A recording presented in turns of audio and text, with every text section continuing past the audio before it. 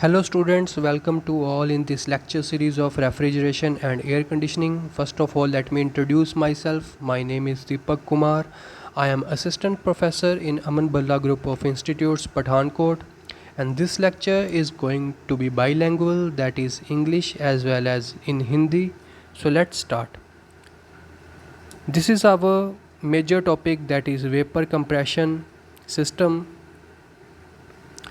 and in this major topic, these are the list of topics that I will be try to cover in this lecture.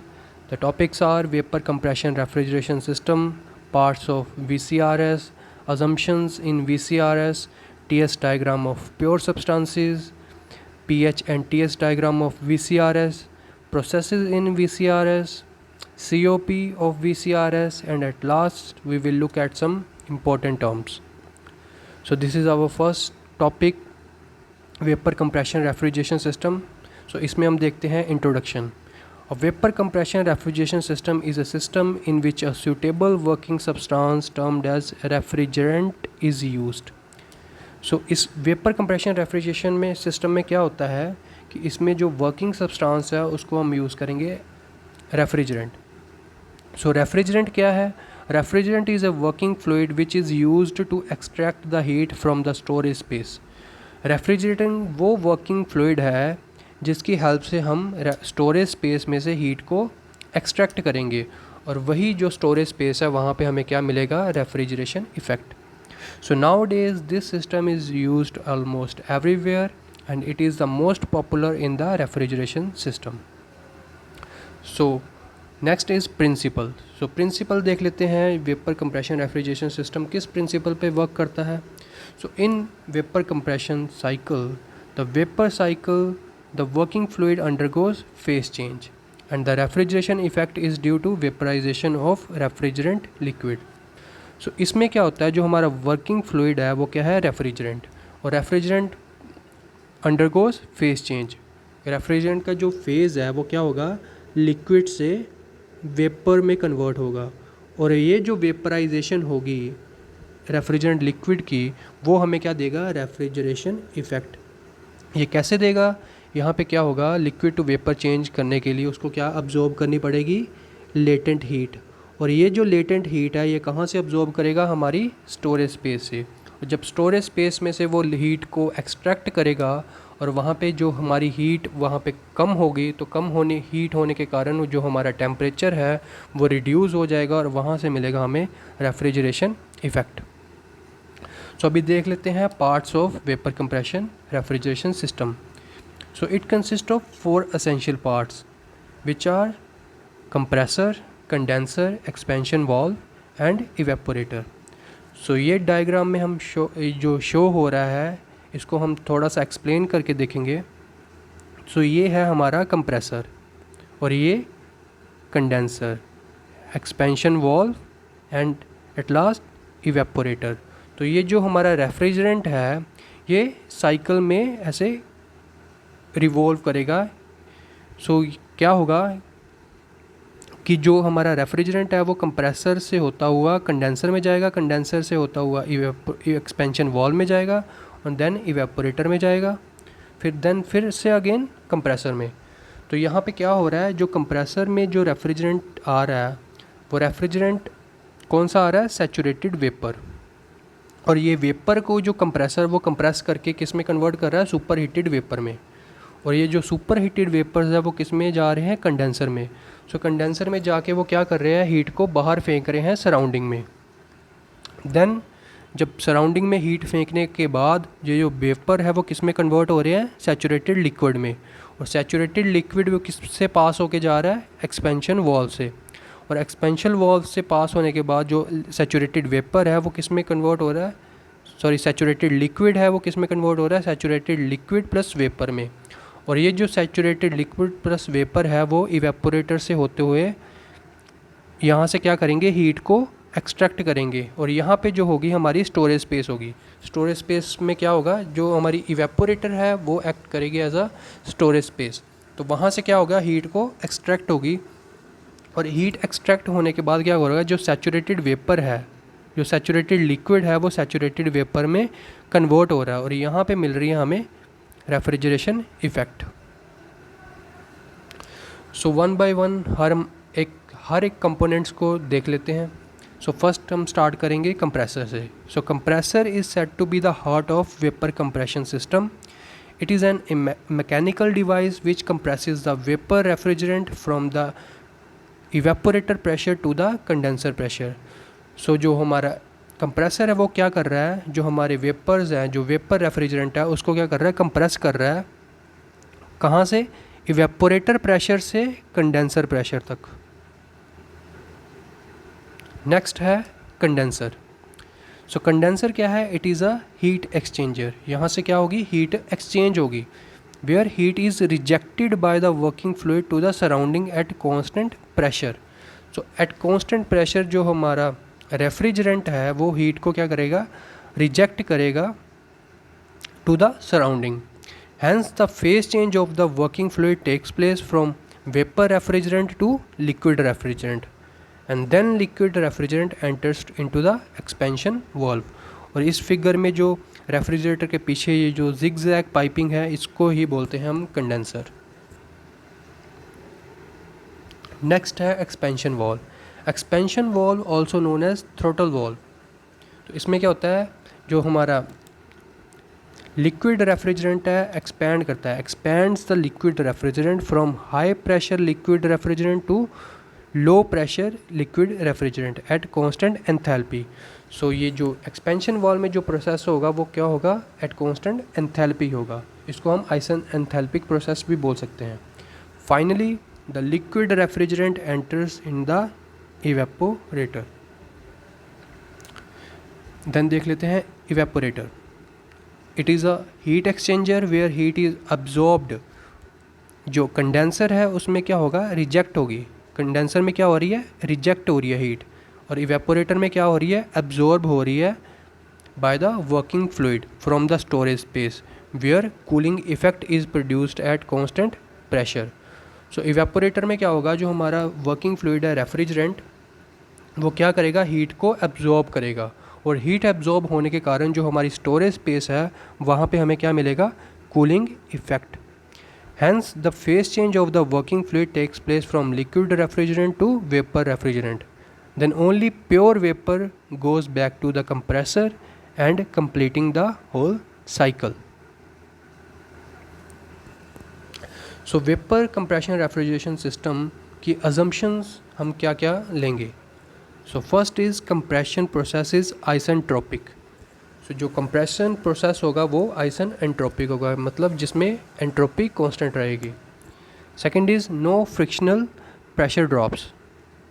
Third is refrigerant flows at constant pressure through the two heat exchanger that is evaporator and condenser. Next is entry to the compressor और exit of evaporator is saturated vapour.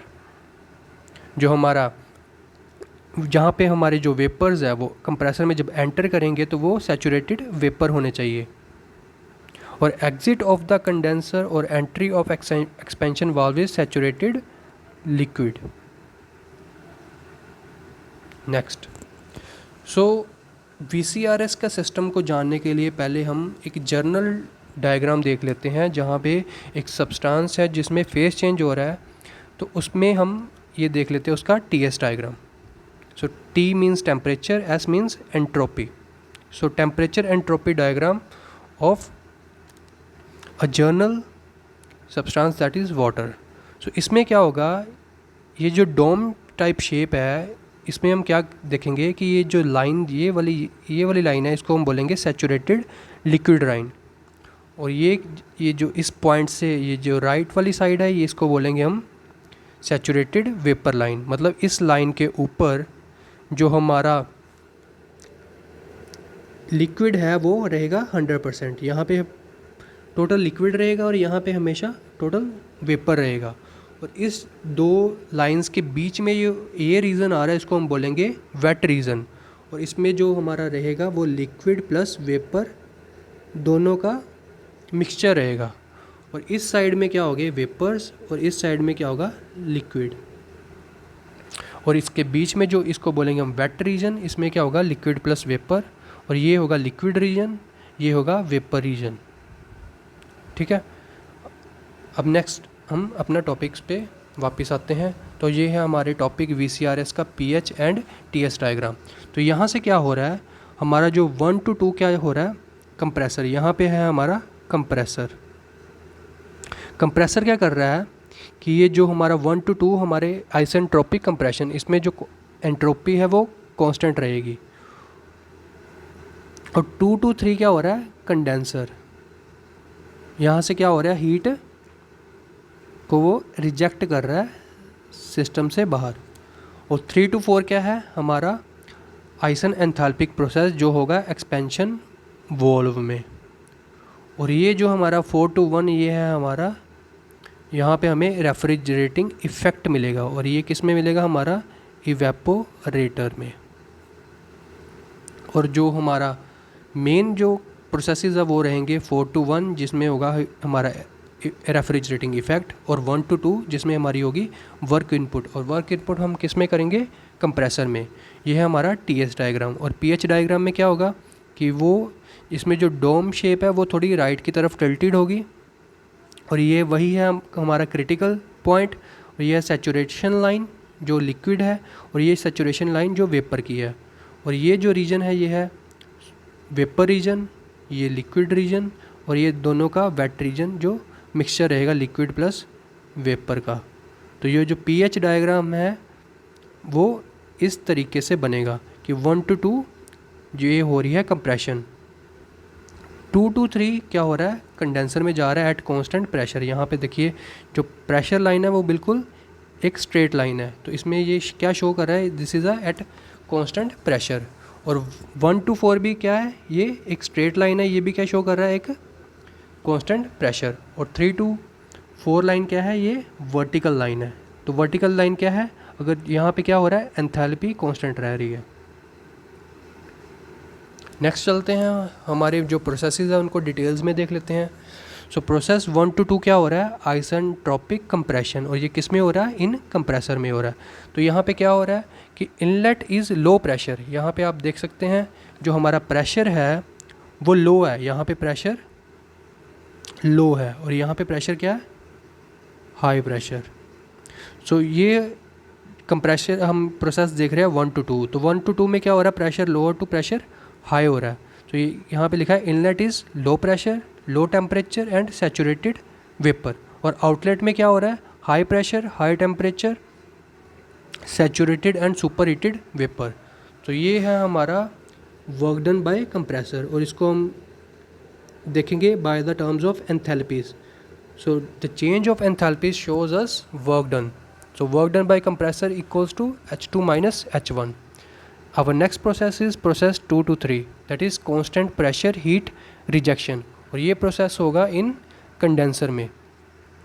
तो अभी देख लेते हैं condenser कहाँ है, यहाँ पे ये हमारा 2 to 3 कंडेंसर। तो इसमें क्या हो रहा है, inlet is high pressure, high temperature and saturated और सुपर हीटेड वेपर। तो जो हमारा इनलेट है एट पॉइंट 2 वहाँ पे क्या है, हाई प्रेशर है, हाई टेम्परेचर है, और सैचुरेटेड और सुपर हीटेड वेपर्स है। और आउटलेट एट पॉइंट 3 पे क्या होगा, outlet is high pressure, pressure doesn't change because it is a constant pressure.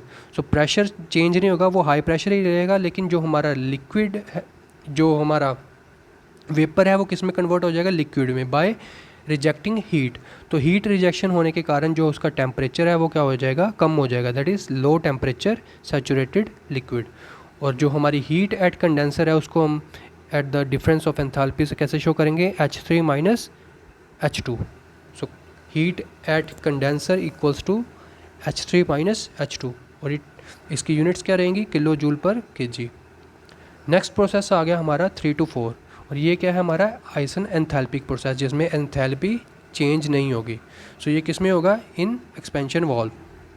सो इसका इनलेट क्या होगा, is high pressure, low temperature और सैचुरेटेड लिक्विड। और इसका आउटलेट क्या होगा, outlet is low pressure, low temperature, saturated liquid and vapour mixture. So इसमें हम शो कैसे करेंगे, H3 इक्वल्स टू H4, क्यों, क्योंकि इसमें एंथैल्पी चेंज नहीं हो रही और H को हम एंथैल्पी से रिप्रेजेंट करते हैं, तो H3 is equal to H4। और लास्ट प्रोसेस वो क्या होगा हमारा 4 to 1, तो इसमें क्या होगा कांस्टेंट प्रेशर हीट एडिशन, और ये किस में होगा, इन इवेपोरेटर में। सो उसका इनलेट क्या होगा, inlet is low pressure low temperature saturated liquid and vapour, और आउटलेट क्या होगा, outlet is low pressure low temperature saturated vapour. और इसी प्रोसेस में हमें क्या मिलेगा, रेफ्रिजरेशन इफेक्ट, और इसी ये है हमारा refrigeration effect, QE is equal to H1 minus H4।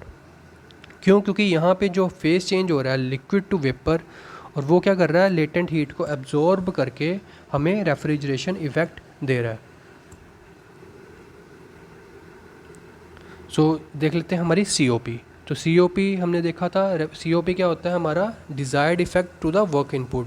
सो हम बात कर रहे हैं रेफ्रिजरेटिंग सिस्टम की, तो हमारा डिज़ायर क्या है, रेफ्रिजरेशन इफेक्ट। तो हमारी COP क्या होगी, refrigeration effect to the work input, और हमें जो रेफ्रिजरेशन इफेक्ट मिल रहा है वो किस में मिल रहा है, इवेपोरेटर में, और हमारा वर्क इनपुट किस में हो रहा है, कंडेंसर में।